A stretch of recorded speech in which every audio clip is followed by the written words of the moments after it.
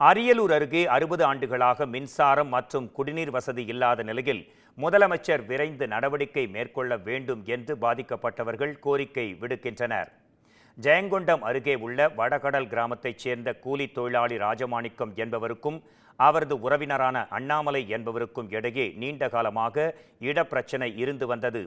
இதனால் அண்ணாமலையின் மகன்களான அழகானந்தம் மற்றும் ரெங்கராஜ் ஆகியோர் தங்களின் செல்வாக்கை பயன்படுத்தி ராஜமாணிக்கம் குடும்பத்தினருக்கு மின்சாரம் மற்றும் குடிநீர் இணைப்புகளை வழங்க விடாமல் தடுத்து வைத்துள்ளதாக கூறப்படுகிறது.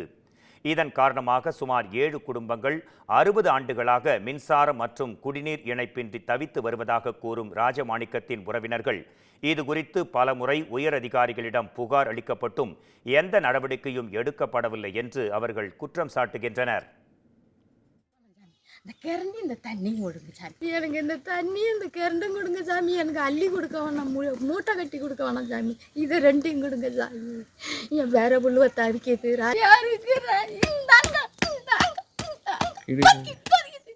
என் மாமா இருட்டிலே செத்து கிடந்தோம் சாமி. ஒருத்தர் இந்த ஊர்ல கரண்டு இந்த ஊருக்காரனுவ போல நாங்க வாழாத வாழல சாமி, கொல்ல இல்லை கொடி இல்லை, இந்த வீடு தான் என் மாமனா கட்டி வச்சுட்டு போனாரு. நான் வந்தேன் முத அந்த வீட்டுக்கு எங்களுக்கு மூட்டை கட்டி கொடுக்கணும் சாமி.